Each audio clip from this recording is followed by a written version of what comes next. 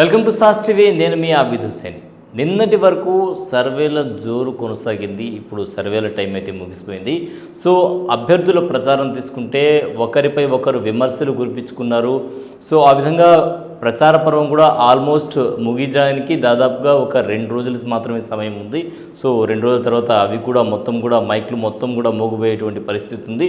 ఇక నెక్స్ట్ ఏంటి అంటే ప్రలోభాల పర్వం అనేటువంటి మాట అయితే వినిపిస్తోంది. ఓటుకు ఎంత ఇస్తారు, ఓటుకు ఎంత ఏ పార్టీ ఇవ్వబోతోంది, ఇదే డిస్కషన్ అయితే జరుగుతోంది. అయితే చాలామంది అల్లూరు తదితర ప్రాంతాల్లో తమ ఓటు అమ్మడానికి లేదు, మేమైతే మా ఓటు అమ్ముకోం, దయచేసి ఓటు కొనుగోలు చేసేటువంటి వాళ్ళు మా ఇళ్లకు రావద్దు అని కూడా బయట బోర్డులు పెట్టినటువంటి పరిస్థితి చూడవచ్చు. దీన్ని బట్టి మనకు అర్థమయ్యేది ఏంటంటే సో జిల్లా వ్యాప్తంగా చాలామంది ఓటు మీద ఎంత అవగాహన వచ్చిందంటే జిల్లా వ్యాప్తంగా చాలామంది తమ ఓటు అమ్మకానికి లేదు, మా ఓటు అమ్మదలుచుకోలేదు, దయచేసి కొనుగోలు చేయాలి అనుకునేటువంటి తలం ఉండేవాళ్ళు లోపల కూడా రావద్దు అనే విధంగా బోర్డులు పెట్టున్నారంటే ఓటర్ అవేర్నెస్ ఎంతలా ఉంది, ఓటరు ఏ విధంగా అవేర్నెస్గా ఉన్నారు. ఎందుకంటే వాళ్ళు ఇచ్చే 5,000 కావచ్చు, 2,000 కావచ్చు, 3,000 కావచ్చు, ఇది 5 ఏళ్లకి.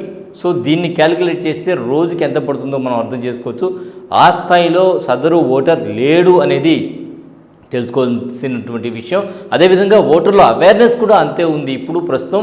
సో తమకు నచ్చిన నాయకుడిని, తమకు అభివృద్ధి బాట పట్టించేటువంటి నాయకుడిని గెలిపించుకోవాలి అనేటువంటి దృఢ సంకల్పంతో ఉన్నారు ఈరోజు ఓటర్ అని చెప్పి అనుకోవచ్చు. ఇదే విధంగా అధికారులు కూడా చాలా అప్రమత్తంగా ఉన్నారు. ప్రతి కూడల్లో అంటే ప్రధానంగా నగరంలోకి వచ్చేటువంటి కూడళ్ళు అన్ని ఏరియాల్లో కూడా చెక్ పోస్టులు ఏర్పాటు చేస్తున్నారు. ప్రతి వాహనాన్ని క్షుణ్ణంగా పరిశీలిస్తున్నారు. ఒక బ్యాగ్ కనిపిస్తే చాలు ఆ బ్యాగ్ ఎవరిది అనేది కూడా చూడకుండా అది ఎవరున్నా కూడా జిల్లా స్థాయి అధికారుల బ్యాగులు కానీ జిల్లా స్థాయి అధికారుల వాహనాలు కూడా చెక్ చేశామని చెప్పి కొంతమంది అధికారులు చెప్పడం జరిగింది. ఆ విధంగా నెల్లూరు నగరంలో ఎక్కడ కూడా బయట నుంచి నగదు కానీ మద్యం కానీ అటువంటి రాకుండా, అలాగే నగరం నుంచి బయటకు వెళ్లకుండా కట్టుదిట్టమైనటువంటి భద్రతా ఏర్పాట్లు అయితే ఈసారి ఎలక్షన్ కమిషన్ చేసిందని చెప్పి అనుకోవచ్చు.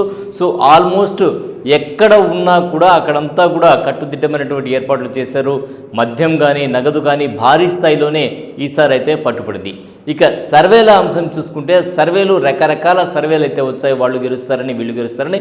అయితే ఈ సర్వేల విషయం తీసుకుంటే సర్వేలు నిజమేనా అనేది కూడా ఒకసారి చూద్దాం. ప్రధానంగా అందరికీ తెలిసిందే ఏ పార్టీకి సంబంధించిన మీడియా ఛానల్స్ ఏంటి అనేది. అటువంటి మైకులు వచ్చినప్పుడు సాధారణంగా ఆ పార్టీ గెలుస్తుంది అనేటువంటి చెప్పేటువంటి పరిస్థితి కూడా నెలకొంది. కొంతమంది అయితే లోగోలు చూసి దూరంగా వెళ్ళిపోయేటువంటి పరిస్థితి కూడా ఉంది. కొంతమంది మాట్లాడడం లేదు దీని మీద. సో ఇలా ప్రజలు అంటే సర్వే ఏమవుతుందంటే ఒక ఏరియాలో కొంతమందిని మాత్రం ఎవరైతే మాట్లాడతారో వాళ్ళని మాత్రమే ఎన్నిక తీసుకుని సర్వేస్ చేయడం జరుగుతుంది తప్ప అందరినీ కూడా సర్వేలు అంటే అందరి అభిప్రాయాలు తీసుకొని సర్వే నిర్వహించేటువంటి పరిస్థితి అయితే ఉండదు. దీన్ని బట్టి చూస్తే ఏంటంటే సర్వేలో వచ్చింది వాస్తవమా కాదా అనేది అయితే చెప్పలేము. ఎందుకంటే ఒక్కొక్క అంటే సర్వేలో నిజంగా వాస్తవం అయితే అన్ని ఛానల్స్, అన్ని మీడియా సంస్థలు ప్రసారం చేసినటువంటి, అన్ని సర్వే సంస్థలు ప్రసారం చేసినటువంటి సర్వేలు ఈక్వల్గా ఉండాలి, లేదంటే ఒక 10 అటు ఇటుగా ఉండాలి. కానీ ఒక్కొక్క మీడియా సంస్థ ప్రసారం చేసినటువంటి సర్వే అంటే ఒక్కొక్క మీడియా సంస్థ కానీ ఒక్కొక్క సర్వేస్ చేస్తున్నటువంటి సంస్థలు కానీ చేసినటువంటి విడుదల చేసినటువంటి మనం సర్వే రిపోర్ట్స్ చూసినప్పుడు ఎక్కడికక్కడ డిఫరెంట్గా ఉంటున్నాయి. ఒకరు వైసీపీ అంటున్నారు, ఒకరు టీడీపీ అంటున్నారు. ఈ విధంగా డిఫరెంట్గా ఒక్కొక్క నియోజకవర్గానికి సంబంధించి కొన్ని నియోజకవర్గాల్లో కాంగ్రెస్ అంటున్నారు. ఇలా డిఫరెంట్గా ఉన్నాయి. సో టోటల్గా ఏంటంటే వీరు చెప్పినటువంటి సర్వేకి అంటే ఒక సర్వే సంస్థ చెప్పినటువంటి ఒక సంస్థ తీసినటువంటి సర్వేకి ఇంకొక సంస్థ తీసినటువంటి సర్వేకి మధ్య వేరియేషన్ అయితే చాలా ఉంది. కొన్ని ఏరియాల్లో గ్రౌండ్ రిపోర్ట్ తీసుకుంటే డిఫరెంట్గా ఉంది, అదేవిధంగా వాళ్ళు ఇచ్చిన సర్వే రిపోర్ట్ తీసుకుంటే డిఫరెంట్గా ఉంది. ఎందుకు ఉంది ఏంటి అనేది అయితే ఆ సర్వే తీసినటువంటి వాళ్ళని అడిగితే తెలుస్తుంది. ఎందుకంటే మన జిల్లాలో కూడా తీసుకుంటే కొన్ని డిఫరెంట్గా సర్వేస్ వచ్చాయి, కానీ వాస్తవంగా గ్రౌండ్ రిపోర్ట్ తీసుకుంటే ఒక రకంగా డిఫరెంట్గా ఉంది. దారిద్ర్య రేఖకు దిగువ ఉండేవాళ్ళు కొంతమంది ఒక పార్టీని సపోర్ట్ చేస్తుంటే ఎగువ ఉండేవాళ్ళు ఒక పార్టీని సపోర్ట్ చేస్తున్నారు. ఓటు వేసేటువంటి దీన్ని బట్టి ఆధారపడి ఉంటుంది. చాలామంది తమ ఓటు ఎవరికి వేస్తామని చెప్పేటువంటి అవకాశం కూడా లేదు. సో దీన్ని బట్టి చూస్తే ఏంటంటే సర్వే రిపోర్ట్స్ పూర్తిగా నిజమా అంటే ఖచ్చితంగా కాదు అనేది చెప్పాలి.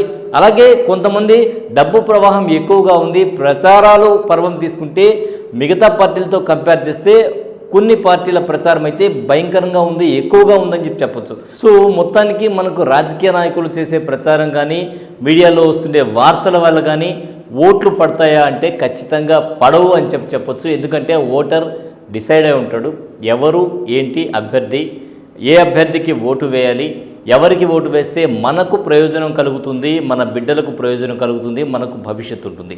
ప్రధానంగా ప్రతి ఓటర్ కూడా ఇదే ఆలోచిస్తాడు.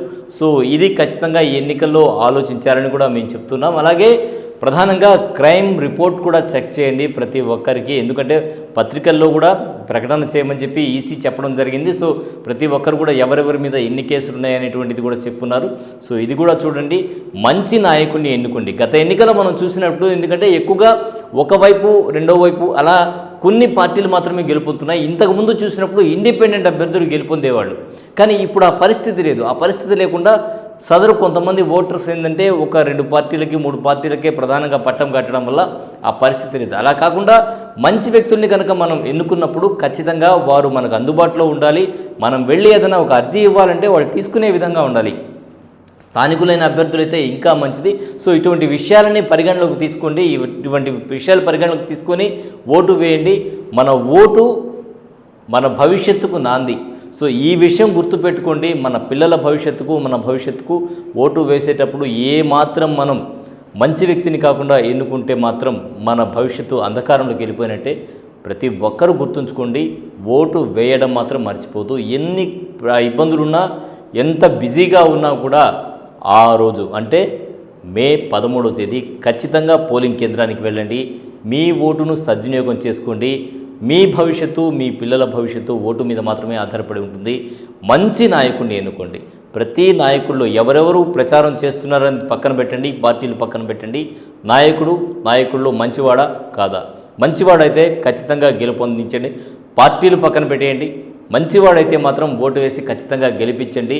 మనకు అందుబాటులో ఉండే నాయకుడిని గెలిపించుకోండి. భవిష్యత్తుకు ఇదే మనకు ఒక పునాదిలాగా. సో ఈ విషయం ఆలోచించండి. ఇది ఇవాల్టి స్పెషల్ రిపోర్ట్. మరో స్పెషల్ రిపోర్ట్లో మళ్ళీ కలుద్దాం. అంతవరకు సార్ నమస్కారం.